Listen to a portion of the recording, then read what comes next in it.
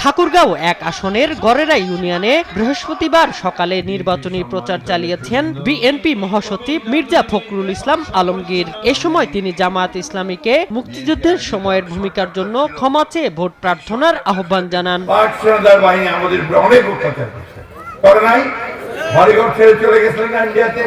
তখন তাদেরকে কারা সহযোগিতা করছিল এটাও আমরা খুব ভালো করে জানি, ঠিক কিনা? মাপ চাইছে এখন পর্যন্ত ৭১ সালের জন্য মাপ চাই, মাপটা চান, বলে যে ভুল করছি এই সময়, তারপর জনগণের কাছে বলেন যে এবার আমাদেরকে কিছু ভোট দেন।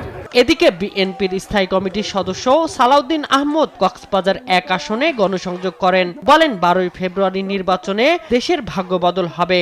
আগামী ১২ই ফেব্রুয়ারি যে নির্বাচন হবে, এই নির্বাচন হচ্ছে বাংলাদেশের একটি ভাগ্য পরিবর্তনের নির্বাচন, বাংলাদেশের গণতান্ত্রিক শক্তিশালী রাষ্ট্র বিনির্মাণের নির্বাচন। সুতরাং এই নির্বাচনে আপনারা সকলে অংশগ্রহণ করবেন।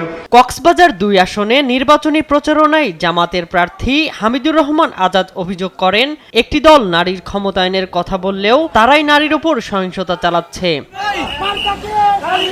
নির্বাচনী প্রচারে বরিশাল ৫ আসনে লিফলেট বিতরণ করে গণসংযোগ করেন বাসদের প্রার্থী ডাক্তার মনীষা চক্রবর্তী। তিনি অভিযোগ করেন প্রচারণায় বাধা দিচ্ছেন প্রতিপক্ষরা।